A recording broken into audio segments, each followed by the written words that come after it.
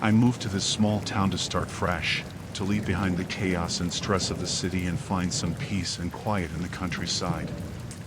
But from the moment I arrived, there was something off about the place, something that made my skin crawl and my hair stand on end.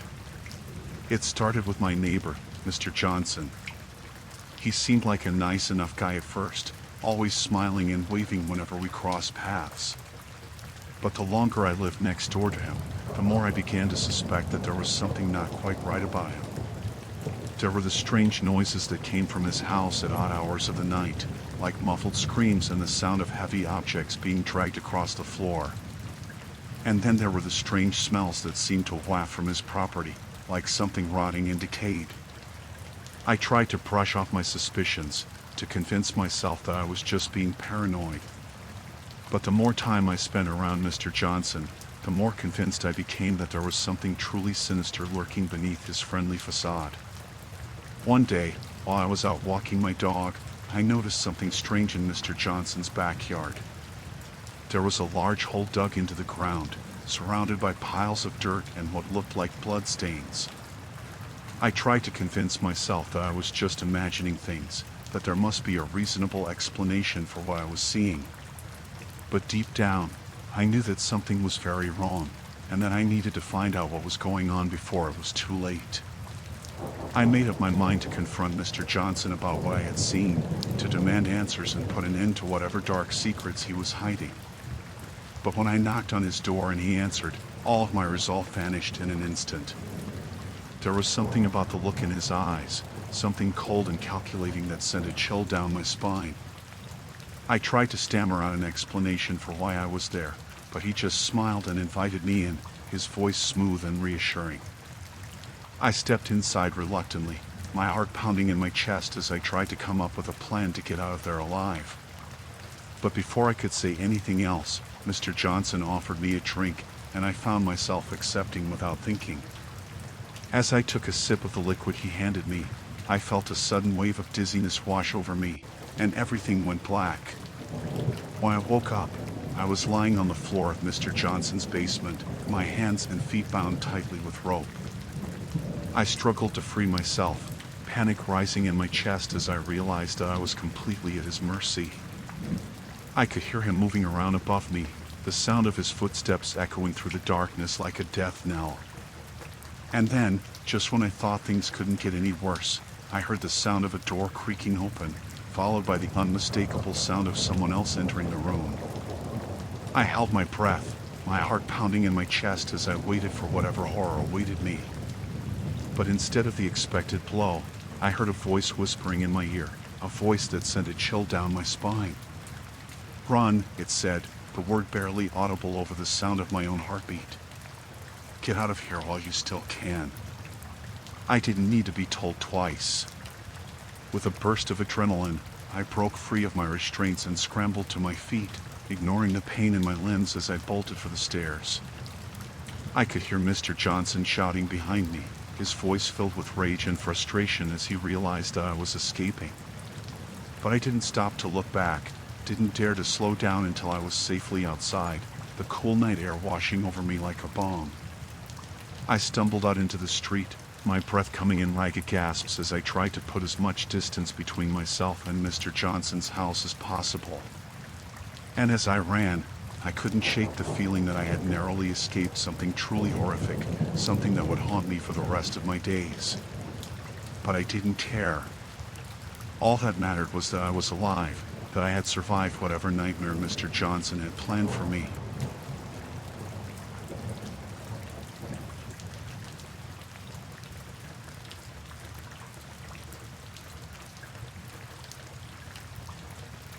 I moved to a small town a few weeks ago, seeking a fresh start after a messy breakup. One day, while exploring the woods near my new home, I stumbled upon an ancient cemetery tucked away among the trees. Intrigued, I decided to take a closer look. As I walked among the weathered headstones, I felt a sense of unease settle over me.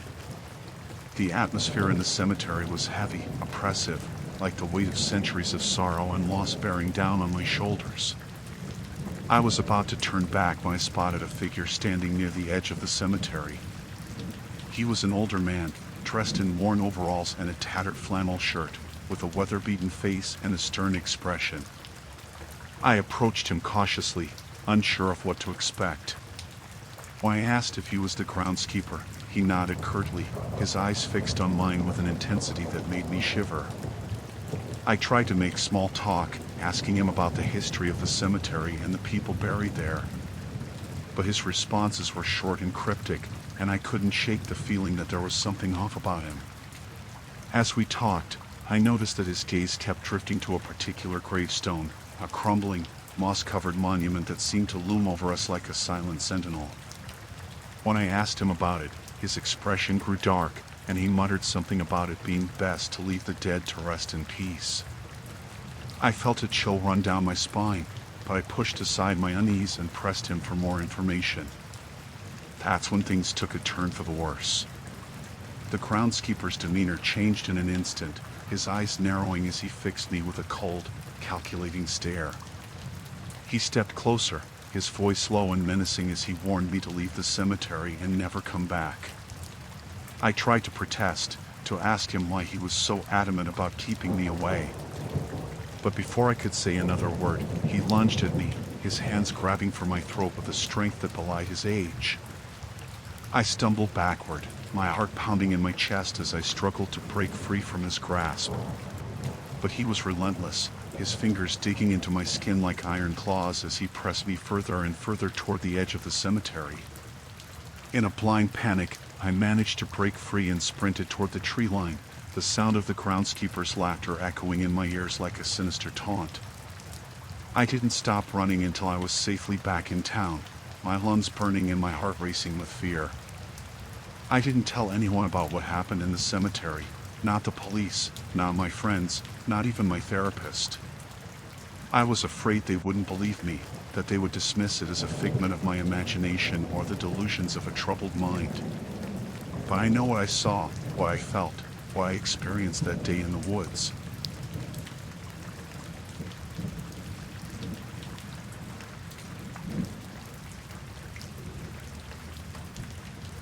I was with my friends, just hanging out on a Friday night with nothing to do. We heard rumors about this old abandoned carnival on the outskirts of town, and we decided to check it out for ourselves. As we approached, I could feel this eerie sense of anticipation building in the pit of my stomach. The carnival was like something out of a horror movie, rusted rides, broken down booths, and an overall sense of decay hanging in the air.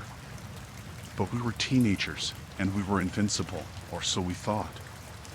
So, we pressed on, laughing and joking as we explored the deserted grounds. But then, out of nowhere, we heard this strange noise, like whispering voices, just barely audible over the sound of the wind. We all froze, exchanging nervous glances as we tried to figure out where the sound was coming from.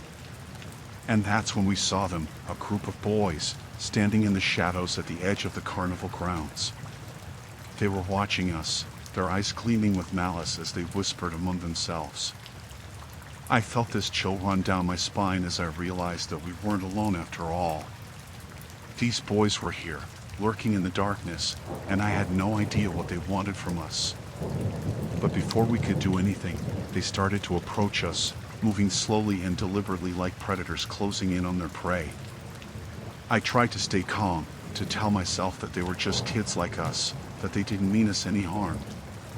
But something about the way they looked at us, like we were nothing more than playthings for their amusement, sent a shiver down my spine. I glanced at my friends, and I could see the fear reflected in their eyes too. We all knew that we were in trouble, that we had to get out of there before things took a turn for the worse. But before we could make a move, one of the boys stepped forward, blocking our path. He was tall and menacing, with a cruel smirk on his lips as he stared us down. "Where do you think you're going?" he asked, his voice dripping with malice. I tried to speak, to explain that we were just exploring, that we didn't mean any harm. But my words caught in my throat, and all I could do was stare at him in silence.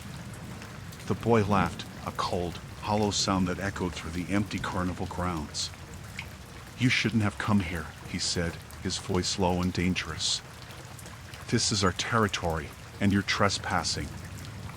I felt a knot form in my stomach as I realized that we were in way over our heads. These boys weren't just playing around, they were serious, and they weren't going to let us leave without a fight. But before things could escalate any further, we heard the sound of approaching footsteps, loud and urgent, like someone was running towards us. And then, out of nowhere, a group of adults appeared, their faces grim as they marched towards us. I felt a surge of relief flood through me as I realized that help was finally here. We were saved. The boys, however, didn't seem as pleased. They exchanged nervous glances among themselves before backing away slowly, disappearing into the darkness without a trace. The adults helped us out of the carnival grounds, asking us what we were doing there and if we were okay. We explained everything to them, telling them about the boys and how they had confronted us. The adults listened gravely, nodding their heads as they led us away from the abandoned carnival and back to safety.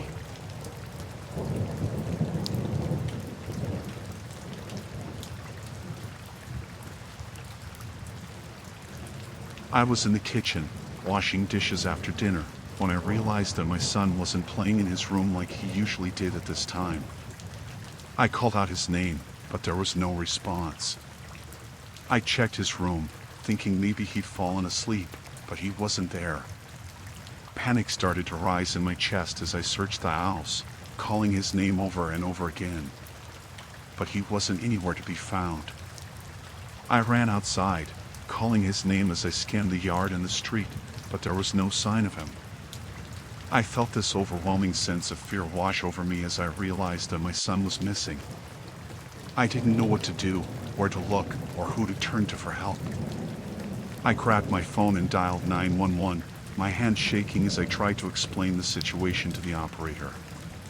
They assured me that they would send someone to help, but the minutes felt like hours as I waited for them to arrive.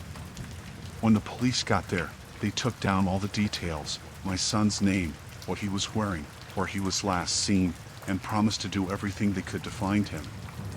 But as the hours passed with no sign of him, I felt this overwhelming sense of despair settle over me. I couldn't help but imagine the worst-case scenarios. What if he'd been kidnapped, or hurt, or worse? I couldn't bear the thought of never seeing him again, of not knowing what had happened to him. I pleaded with the police to do more, to search harder, but there was only so much they could do. So, I took matters into my own hands. I printed out flyers with my son's picture and plastered them all over town, hoping that someone would see them and have information about his whereabouts. I also reached out to friends and family, asking them to spread the word and keep an eye out for any sign of my son. But days turned into weeks, and still, there was no sign of him. I felt like I was living in a nightmare, like my world had been shattered into a million pieces and I didn't know how to put it back together. I couldn't eat or sleep, couldn't focus on anything but finding my son. Every moment of every day was consumed by the desperate need to bring him home safe and sound. And then, just when I thought things couldn't get any worse, I received a phone call from an unknown number. My heart leaped into my throat as I answered, praying that it was someone with information about my son. But when I heard the voice on the other end of the line, my blood ran cold. It was a man, his voice low and menacing as he told me that he had my son and that if I ever wanted to see him again, I would have to do exactly as he said. I felt this surge of terror wash over me as I realized that my worst fears had come true. My son had been kidnapped, and now I was being forced to play some twisted game in order to get him back. I tried to keep my composure as the man laid out his demands, ransom money, dropped off at a specific location at a specific time, with no police involvement or else. I knew I had no choice but to comply. My son's life was on the line, and I would do anything to save him. So, I gathered up the money, praying that it would be enough to secure his release, and set out to meet the kidnapper at the designated location. I felt sick to my stomach as I drove, my hands shaking on the wheel as I imagined what might happen if things went wrong. But when I arrived at the drop-off point, the kidnapper was nowhere to be found. I waited for what felt like hours, but there was no sign of him. I felt this overwhelming sense of despair wash over me as I realized that I had been played, that my son's kidnapper had no intention of letting him go. But then, just when I was about to give up hope, I heard a noise behind me. I turned around, and there he was, my son, safe and sound, running towards me with tears streaming down his face. I felt this overwhelming surge of relief flood through me as I scooped him up into my arms, holding him tight and never wanting to let him go. He told me that he had managed to escape from his captor, that he had been hiding out in the woods until he could find someone to help him.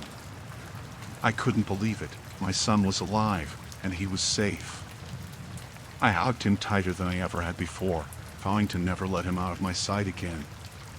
And as we drove home together, I couldn't help but feel grateful that my son was back where he belonged, and grateful for the chance to hold him in my arms once again.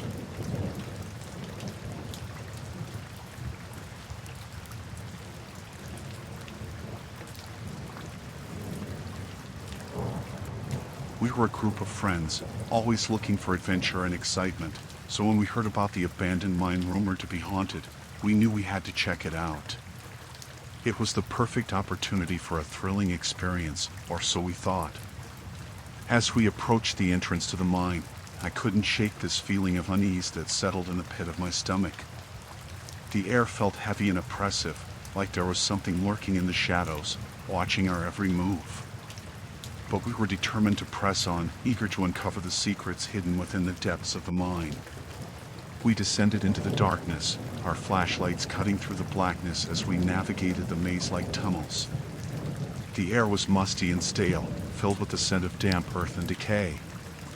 As we explored deeper into the mine, I could feel this sense of dread building inside me, like we were treading on dangerous ground. And then, out of nowhere, we heard it, a low, guttural moan echoing through the tunnels, sending shivers down my spine. We all froze, exchanging nervous glances as we tried to figure out where the sound was coming from. But before we could make a move, we heard footsteps, slow and deliberate, like someone was stalking us from the shadows. I felt this surge of panic rising up inside me as I realized that we weren't alone in the mine. There was someone, or something, down there with us. We tried to stay calm, to tell ourselves that it was just our imagination playing tricks on us. But deep down, we knew that something wasn't right. As we continued to explore the tunnels, the feeling of unease only grew stronger. It was like the walls themselves were closing in on us, suffocating us with their darkness. And then, just when we thought things couldn't get any worse, we stumbled upon something that sent a chill down my spine, a pile of bones, scattered haphazardly across the floor. I felt this overwhelming sense of dread wash over me as I realized that we were standing in the presence of death.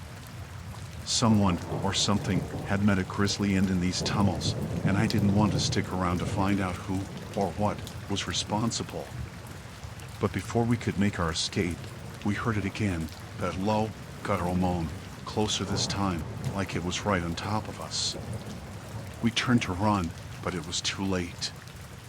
A figure emerged from the darkness, its features twisted and contorted into a grotesque mask of rage and pain.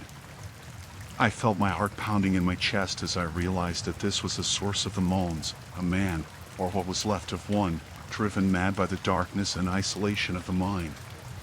He lunged at us, his hands outstretched and his eyes burning with madness. We scrambled to get away, tripping over ourselves in our haste to escape. But he was relentless, pursuing us through the tunnels with a single-minded determination that sent chills down my spine. I could hear my friends screaming behind me, their voices echoing off the walls as we raced through the darkness.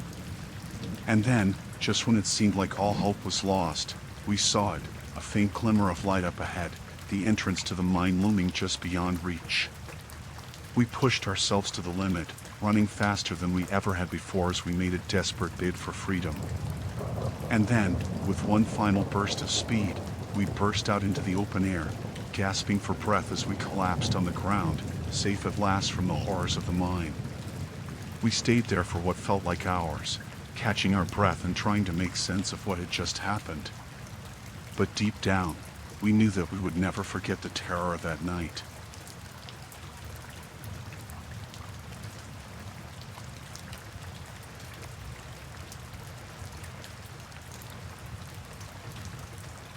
I've always been drawn to the thrill of uncovering hidden truths, so when I heard about the string of disappearances plaguing a small town not far from where I live, I knew I had to investigate. Armed with my notebook and camera, I set out to uncover the truth behind the unsettling phenomenon. As I arrived in the town, I was struck by the eerie stillness that seemed to hang over the streets like a shroud. The locals eyed me with suspicion as I asked questions about the missing people, their answers guarded and vague. Undeterred, I pressed on, determined to unravel the mystery that had gripped the town in fear. I spent hours combing through old newspaper archives and interviewing residents, piecing together a timeline of the disappearances and searching for any clues that might lead me to the truth. But the more I dug, the more I realized that there was something sinister lurking beneath the surface of this seemingly ordinary town. People whispered about secret meetings held in the dead of night, and strange symbols painted on the walls of abandoned buildings. I followed every lead, no matter how obscure, desperate to uncover the truth. And then, just when I thought I had hit a dead end, I stumbled upon a hidden basement beneath an old bookstore, a basement filled with evidence that would change everything. As I sifted through the stacks of papers and photographs, my heart pounded in my chest with a mixture of fear and excitement. I had stumbled upon a conspiracy so vast and far-reaching that it sent shivers down my spine.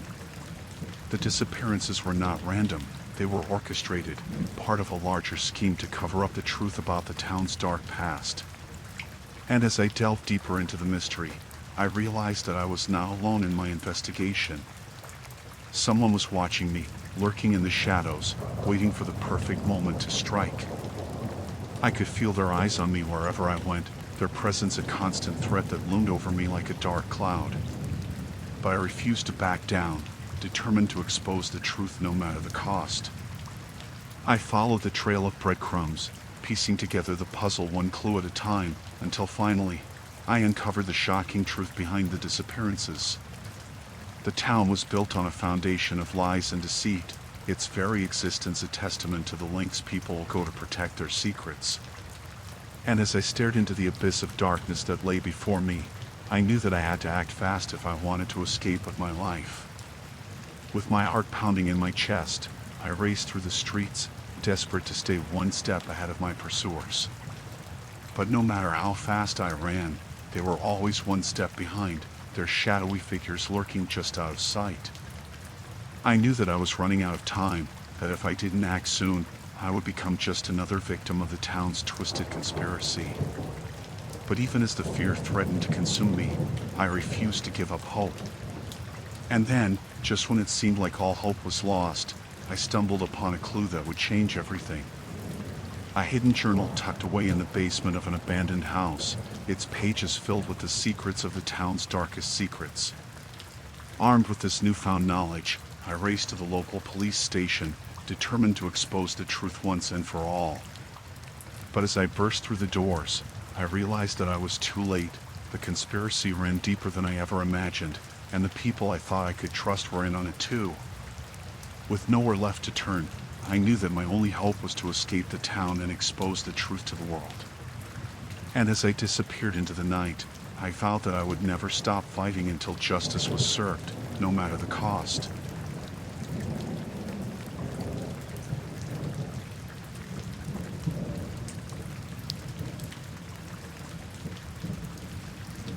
I stumbled upon something in my small town that I wish I hadn't. It all started innocently enough, just me going about my usual routine, running errands and grabbing coffee at the local cafe. But then one day, I saw something that made me stop dead in my tracks. I was walking past the old abandoned warehouse on the outskirts of town when I saw a group of people sneaking inside. At first, I thought nothing of it, just some kids exploring or maybe some squatters looking for shelter. But then I noticed the way they were dressed, all in dark robes with hoods pulled up over their heads. My curiosity got the better of me, and I followed them inside, keeping to the shadows and trying to stay out of sight. What I saw there chilled me to the bone.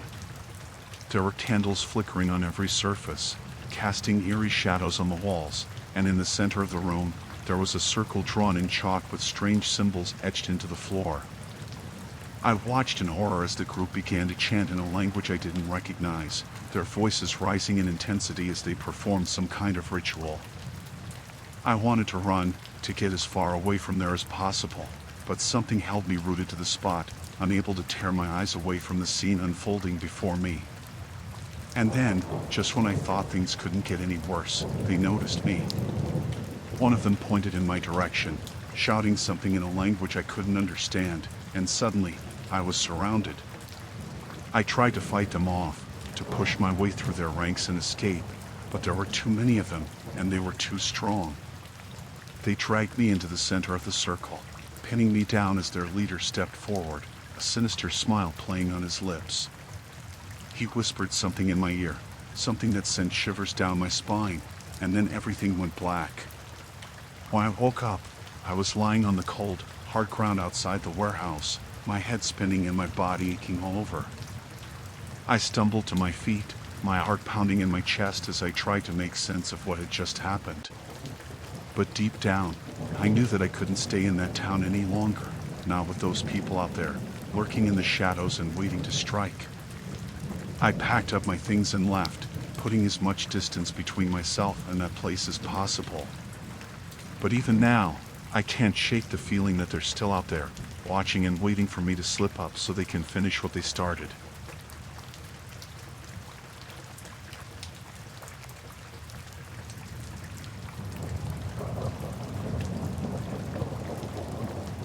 I was walking home from work one evening, taking my usual route through the quiet streets of our small town, when I noticed someone following me.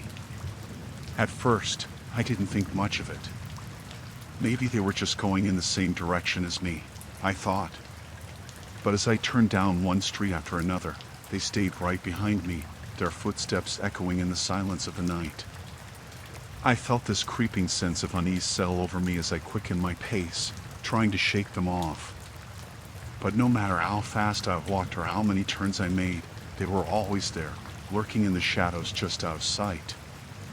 I started to panic, my heart pounding in my chest as I realized that I was being followed by a stranger, someone who seemed to know my every move. I tried to lose them, ducking into alleyways and side streets, but they were always one step ahead of me, like they could anticipate my every move. And then, just when I thought things couldn't get any worse, they stepped out of the darkness and into the light. It was a man, tall and imposing, with a knowing smile on his lips as he stared at me with eyes that seemed to pierce right through me. I felt this chill run down my spine as I realized that he knew who I was, that he had been watching me for God knows how long. "How do you know me?" I demanded, my voice trembling with fear. But he just smiled, that same knowing smile that sent shivers down my spine.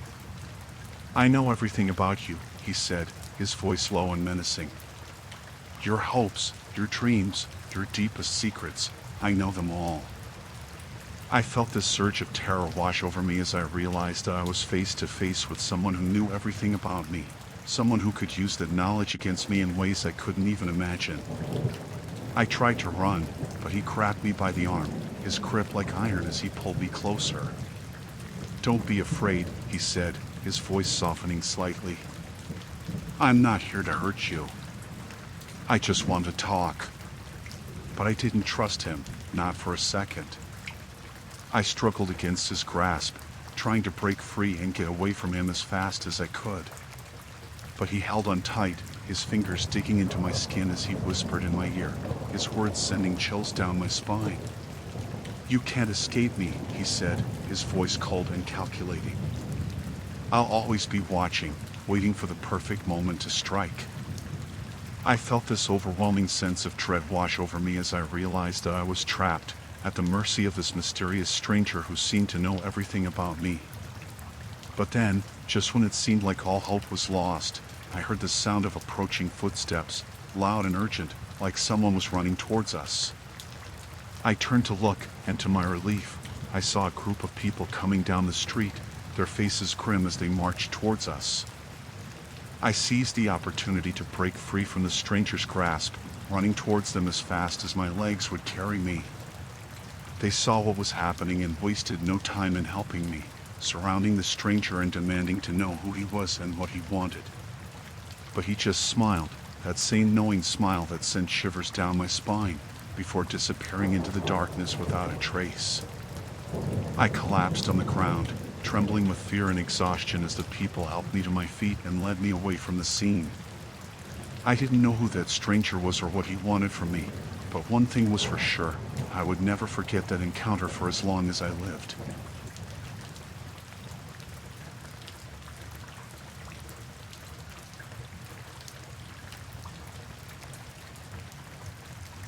I was the town doctor in a small, close-knit community where everyone knew each other. It was a quiet place where nothing much ever happened until one day, people started getting sick. At first, it was just a few isolated cases, a fever here, a cough there, nothing to be too concerned about. But then, more and more people started showing up at my clinic, their symptoms getting worse by the day. I did everything I could to treat them, prescribing antibiotics and bed rest, but nothing seemed to work. The illness spread like wildfire, taking hold of the town and refusing to let go. I knew I had to do something to contain the outbreak before it spread any further. So, I reached out to the local health department and asked for their assistance. They arrived in town with a team of experts, armed with supplies and equipment to help us fight the epidemic. But as we worked tirelessly to treat the sick and contain the spread of the illness, I couldn't shake this nagging feeling that something wasn't right. The symptoms were unlike anything I had ever seen before: high fevers, severe coughing, and a strange rash that appeared on the skin. And then, just when I thought things couldn't get any worse, people started dying. It was like the illness was taking hold of them and refusing to let go, no matter what we did to try and stop it. I felt this overwhelming sense of despair wash over me as I realized that we were losing the battle against the epidemic, that it was only a matter of time before it wiped out the entire population. But then, one day, as I was going through the medical records of the deceased, I noticed something strange. They all had something in common. They had all visited the same place before falling ill, a nearby factory that had recently been shut down due to a series of accidents. I knew I had to investigate further, to find out if there was a connection between the factory and the outbreak. So, I went to the factory, accompanied by a team of experts from the health department. We searched the premises, looking for any clues that might shed light on the cause of the epidemic. And then, just when we were about to give up hope, we stumbled upon something that sent chills down my spine: a series of barrels containing toxic chemicals, leaking their contents into the surrounding environment. I realized then that the factory was the source of the epidemic, that the toxic chemicals had contaminated the town's water supply and caused the outbreak. But as we continued to investigate, we uncovered something even more sinister. The factory had been deliberately leaking the chemicals into the water supply, as part of a larger scheme to cover up their illegal activities. I felt this surge of anger wash over me as I realized that innocent people had died because of the factory's negligence, that they had put profits over the lives of the townspeople. But we couldn't dwell on the past. We had to act fast to contain the outbreak and prevent any further loss of life. So, we worked tirelessly to clean up the contaminated water supply and treat those who had fallen ill. It was a long and difficult process, but slowly, we started to see progress. The number of new cases started to decline, and the people who had been sick began to recover. And then, finally, after weeks of hard work and dedication, we were able to declare the epidemic over. The town was saved, and the people could finally breathe a sigh of relief.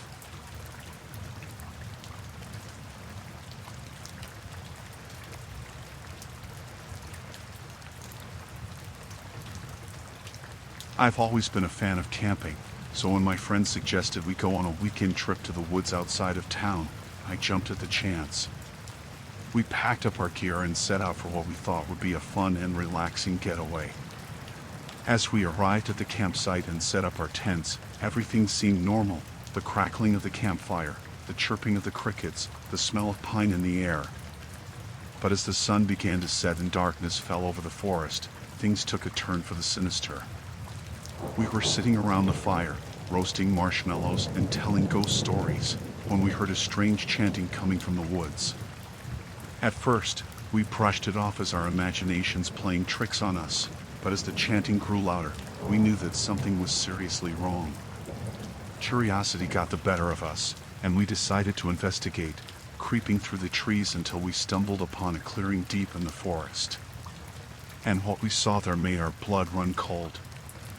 A group of robed figures stood in a circle, chanting in a language we didn't understand. In the center of the circle was a large bonfire, its flames casting eerie shadows on the trees. We watched in horror as the cultists performed their ritual, their movements synchronized and methodical.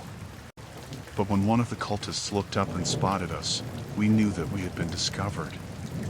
Without a moment's hesitation, we turned and ran, crashing through the underbrush as fast as our legs would carry us. We thought we had lost them, but as we reached the edge of the forest, we realized that we were surrounded. The cultists emerged from the shadows, their faces twisted in sinister smiles as they closed in on us. With nowhere left to run, we knew that we had to fight for our lives. We grabbed whatever makeshift weapons we could find, sticks, rocks, anything that would give us an edge, and prepared to defend ourselves against the onslaught. The cultists attacked with a ferocity that was terrifying to behold, their blows raining down on us with brutal force. But we refused to go down without a fight, and we fought back with everything we had, determined to make it out of the woods alive. In the chaos of the battle, I lost sight of my friends, the sounds of their screams and the clash of weapons echoing through the night. But I knew that I had to keep fighting, to keep pushing forward no matter what. And then, just when it seemed like all hope was lost, I saw a glimmer of light in the darkness, the headlights of a car, driving down the nearby road. With renewed determination, I fought my way through the throng of cultists and raced towards the light, praying that help was on the way. As I burst out of the woods and onto the road, I collapsed in exhaustion, the adrenaline wearing off and leaving me drained and battered. But as I looked back at the forest, I knew that I had survived, that I had escaped the clutches of the cult and lived to tell the tale. I may never know what the cultists had planned for us that night.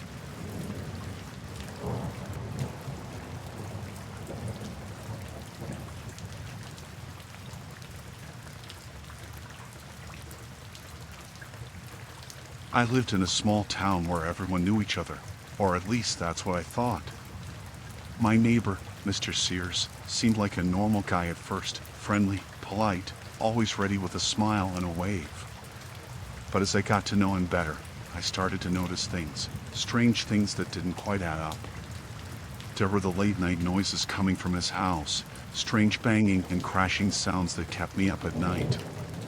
And then, there were the rumors, whispers of disappearances and strange occurrences that always seemed to lead back to Mr. Sears's doorstep.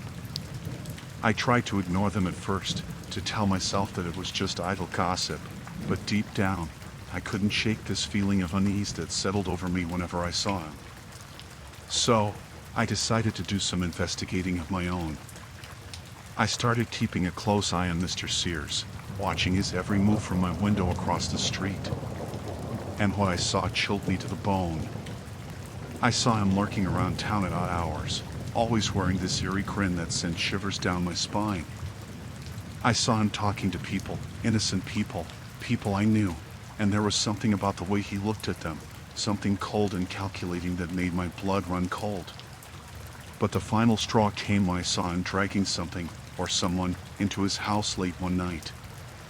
I couldn't see who or what it was, but the way he moved, with this eerie sense of purpose, sent alarm bells ringing in my head. I knew I had to do something, to stop Mr. Sears before it was too late. So, I gathered up my courage and went to the police, telling them everything I had seen and heard. But they just brushed me off, telling me that there was no evidence to support my claims, that I was just seeing things. I felt this overwhelming sense of frustration wash over me as I realized that no one was going to help me, that I was on my own in this fight against Mr. Sears. But I refused to give up. I couldn't sit back and do nothing while he continued to terrorize the community. So, I started gathering evidence, taking photos, keeping a detailed log of his movements, anything that might help prove that he was up to no good. And then, one day, I stumbled upon something that sent chills down my spine, a hidden room in Mr. Sears's basement, filled with all kinds of disturbing items, chains, knives, and other implements of torture. I knew then that I had uncovered the truth. Mr. Sears was a psychopath, a dangerous man who had been terrorizing the community for years. But I couldn't go to the police.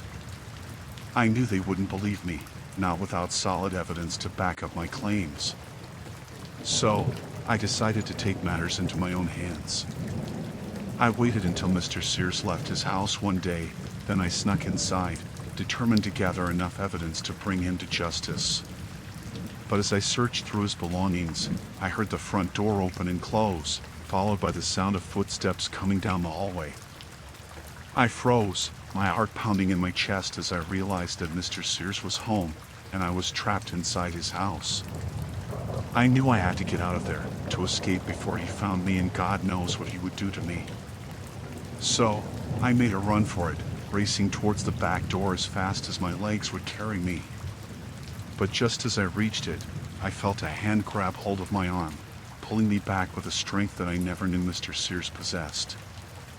I struggled against his grip, fighting for my life as he dragged me towards the basement door. And then, just when I thought all hope was lost, I heard the sound of sirens approaching in the distance. The police had finally arrived, alerted by a neighbor who had seen me sneaking into Mr. Sears's house. They burst through the front door, guns drawn, and found us struggling in the hallway. I felt this overwhelming sense of relief wash over me as they pulled me away from Mr. Sears, as they arrested him and took him away in handcuffs. I knew then that I had done the right thing, that I had stopped a dangerous man from hurting anyone else ever again. And as I watched them take him away, I couldn't help but feel grateful, grateful to be alive, grateful to have stopped Mr. Sears before it was too late.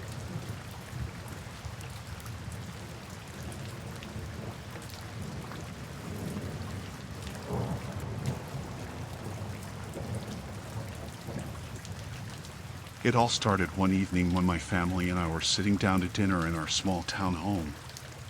We heard these strange noises coming from the woods just beyond our backyard. At first, we thought it might be some wild animals rummaging around, but the sounds were too odd, too deliberate. My wife and I exchanged uneasy glances, but we didn't want to alarm the kids, so we brushed it off and tried to go about our evening as usual. But as the night wore on, the noises only grew louder and more persistent, like something was out there, just beyond the trees, waiting for us. Unable to ignore it any longer, my wife and I decided to investigate. We grabbed a flashlight and headed out into the darkness, our hearts pounding in our chests as we crept closer to the source of the noise. As we reached the edge of the woods, the sounds became clearer, low murmurs, like people whispering to each other in hushed tones. But there was something off about it, something unnatural that sent shivers down my spine. With trembling hands, I pushed aside the branches and stepped into the clearing, my wife close behind me. And what we saw there made our blood run cold. A group of people stood in the center of the clearing, their faces obscured by the darkness. They were chanting in unison, their voices rising and falling in a haunting melody that sent chills down my spine. But it wasn't just the chanting that scared me, it was the way they moved, like they were in a trance, their bodies swaying back and forth in perfect synchronization. My wife and I watched in horror as the chanting grew louder and more frenzied, the sound echoing through the trees like a warning. We knew that we had to get out of there, to get back to the safety of our home before it was too late. But as we turned to leave, a figure stepped out of the shadows, blocking our path. It was a man, his eyes wild with madness as he stared at us with a twisted smile. "Welcome," he said, his voice sending shivers down my spine. "You're just in time to join us." My wife and I exchanged panicked glances, our hearts racing as we realized that we were in grave danger. We tried to run, but the man was too fast, grabbing hold of my wife's arm and dragging her back towards the chanting crowd. I screamed out for help, but no one came. We were alone, trapped in the woods with no way out. With adrenaline coursing through my veins, I lunged forward, tackling the man to the ground and freeing my wife from his grasp. Together, we ran as fast as we could, the sounds of the chanting fading into the distance as we made our escape. We didn't stop running until we reached the safety of our home, our chests heaving with exhaustion and fear. We locked the doors and windows, praying that whatever was out there couldn't get in. But as we huddled together in the darkness, we knew that the nightmare was far from over.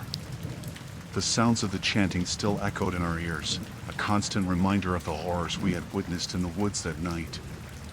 We never spoke of it again, but the memory of that terrifying encounter will haunt us for the rest of our days.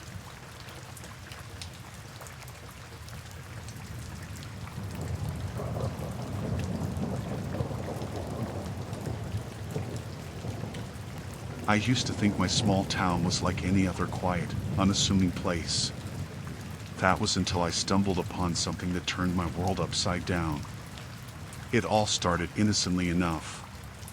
As a scientist, I was always curious, always looking for new discoveries. But what I found lurking beneath the surface of my town was beyond anything I could have imagined. One day, while going about my usual routine, I noticed some strange occurrences, mysterious vans coming and going at odd hours, shadowy figures lurking in the alleyways. At first, I brushed it off as nothing more than my imagination playing tricks on me. But the more I dug, the more I realized that something sinister was at play. I followed my instincts and decided to investigate further. Sneaking into abandoned buildings, listening in on hushed conversations, I did whatever it took to uncover the truth. And what I found was chilling. Hidden laboratories, filled with equipment and technology far beyond anything I had ever seen before. But it wasn't just the equipment that sent shivers down my spine. It was what they were using it for, conducting experiments on innocent people, unleashing horrors that should have never seen the light of day. I knew I had to do something, to expose the truth and put an end to the madness. But as I started gathering evidence, I realized that I was being watched, that those responsible for the experiments knew I was onto them. I became paranoid, constantly looking over my shoulder, jumping at every sound. But no matter how careful I was, they always seemed to be one step ahead of me. And then, one night, they made their move. I was working late in my lab when I heard the sound of footsteps approaching from behind.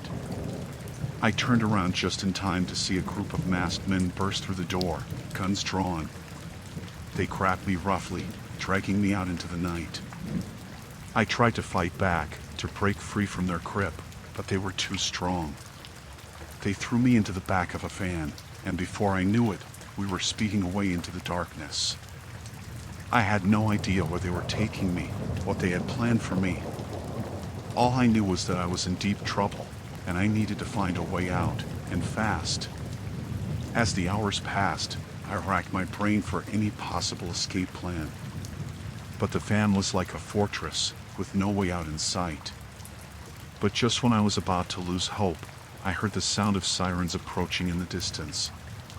The police had found us, alerted by a tip from a concerned citizen who had seen me being abducted.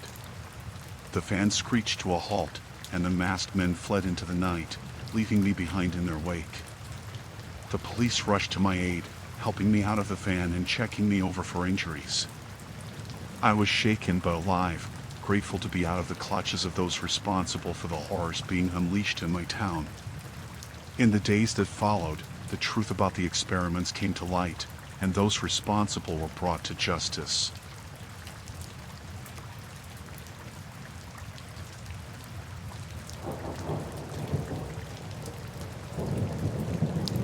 It was a warm summer evening when my friends and I decided to explore the abandoned hospital on the outskirts of our small town.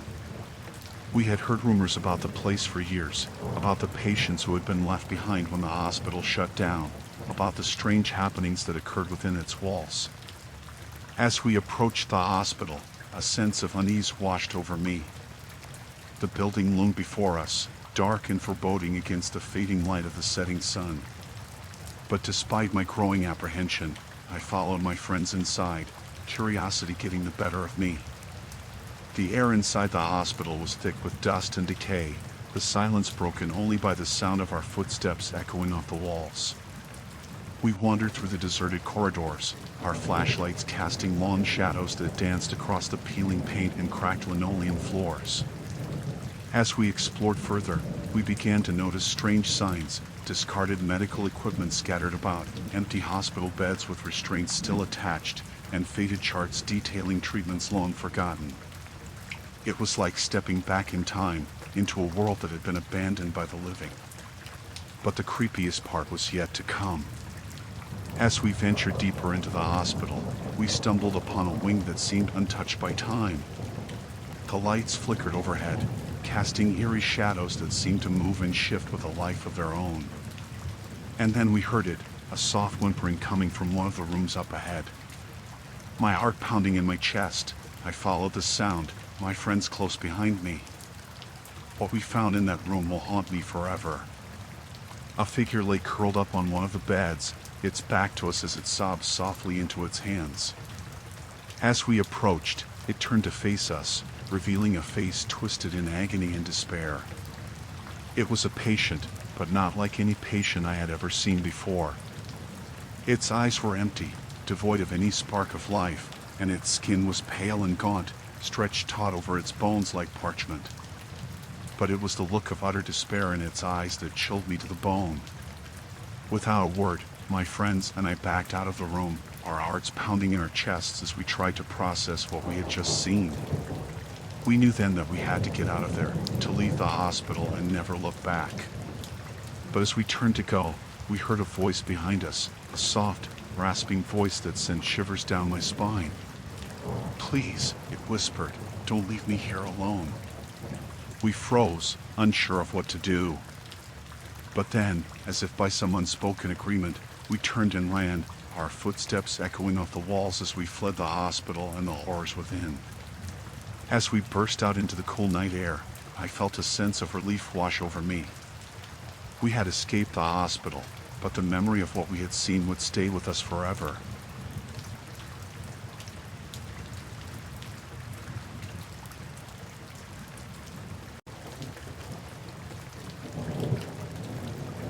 So, me and my friends, we thought it would be cool to explore this abandoned church on the outskirts of our small town. It was one of those places that everyone talked about but nobody actually went to because, well, it was kinda creepy. Anyway, we were feeling adventurous, so we grabbed some flashlights and snuck out late one night to check it out. The church was all boarded up and covered in graffiti, but we managed to find a way inside through a broken window. As soon as we stepped foot inside, I could feel this chill run down my spine. It was like the air was thick with some kind of energy, and I couldn't shake the feeling that we weren't alone. But we pressed on, exploring the dark corridors and dusty hallways, laughing and joking to try and ease the tension. We were just kids, after all, and we didn't really believe in ghosts or anything like that. That is, until we stumbled upon the basement. It was like something out of a horror movie, with cobwebs hanging from the ceiling and old, rotting pews scattered around the room. But the creepiest thing of all was this strange, eerie chanting that seemed to be coming from somewhere deep within the darkness. It sent shivers down my spine, and I could feel my heart pounding in my chest as we crept closer to investigate.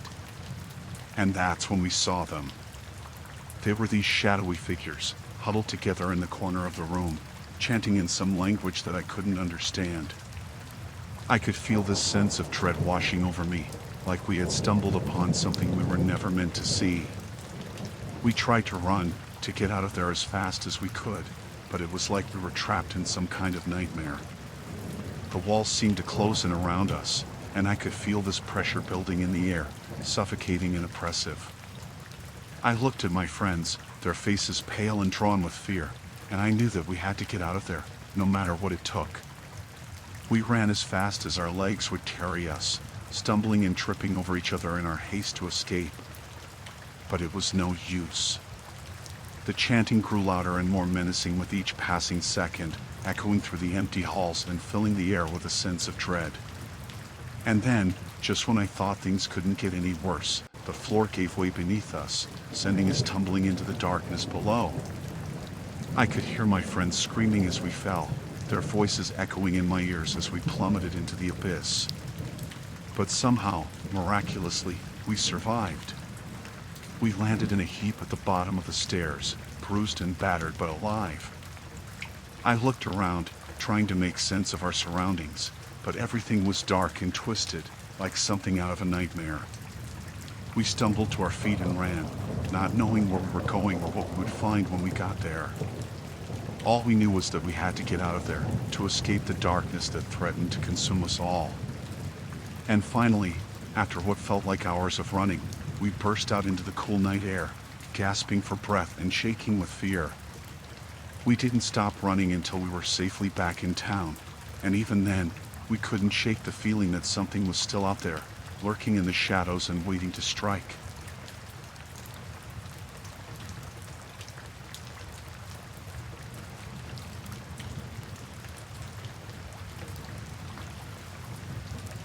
The small town I moved to for my new job seemed idyllic at first glance. But as I settled into my role as the town doctor, I began to notice strange things, patients with unexplainable mutations, rumors of dark experiments conducted by my predecessor, Dr. Matthews. I couldn't ignore the signs any longer. There was something sinister lurking beneath the surface of this seemingly peaceful town, and I was determined to uncover the truth. My investigation led me to Dr. Matthews' old office, where I discovered a trove of research notes detailing his experiments. It was horrifying. He had been tampering with the very fabric of life itself, conducting twisted experiments on the townspeople in a quest for power and control. As I delved deeper into Dr. Matthews' research, I realized the extent of the damage he had caused. The mutations plaguing the townspeople were not random occurrences. They were the result of his dark experiments gone awry. But worse still, I discovered evidence that the mutations were spreading, infecting more and more of the townspeople with each passing day. If I didn't find a way to stop them soon, the entire town would be consumed by madness. Armed with this knowledge, I knew I had to act fast. But the question remained, how could I stop something so insidious, so pervasive? My answer came in the form of a serum I discovered in Dr. Matthews' lab, a serum designed to reverse the effects of his experiments and restore the townspeople to their former selves. It was a long shot, but it was the only hope we had. With the serum in hand, I set out to administer it to the affected townspeople, racing against time to stop the mutations from spreading any further. It was a race against time, and failure was not an option. As I went from house to house, injecting the serum into the veins of the afflicted, I couldn't shake the feeling of dread that hung over me like a dark cloud. What if it didn't work? What if I was too late? But despite my fears, I pressed on, driven by the knowledge that I was the only one who could stop the madness consuming the town. And slowly but surely, I began to see signs of progress, the mutations receding, the townspeople returning to normal. But just as I began to breathe a sigh of relief, I heard a voice behind me, a soft, rasping voice that sent shivers down my spine. It was Dr. Matthews, his face twisted in a grotesque parody of a smile. "You can't stop it," he whispered, his voice dripping with malice. "It's already too late. The experiments have already taken root, and soon the entire town will be consumed by darkness." I recoiled in horror, realizing the truth of his words. The mutations were not the result of some failed experiment. They were a curse that had been unleashed upon the town by Dr. Matthews himself. But I refused to give up hope. Armed with the serum and the knowledge of Dr. Matthews' true intentions, I redoubled my efforts to save the town from destruction. And slowly but surely, my efforts began to pay off. The mutations receded, the townspeople returned to normal, and the darkness that had threatened to consume us all was banished once and for all. In the end, I emerged victorious, but the memory of those dark days will haunt me forever. The town may have been saved, but the scars of Dr. Matthews' experiments will linger for years to come.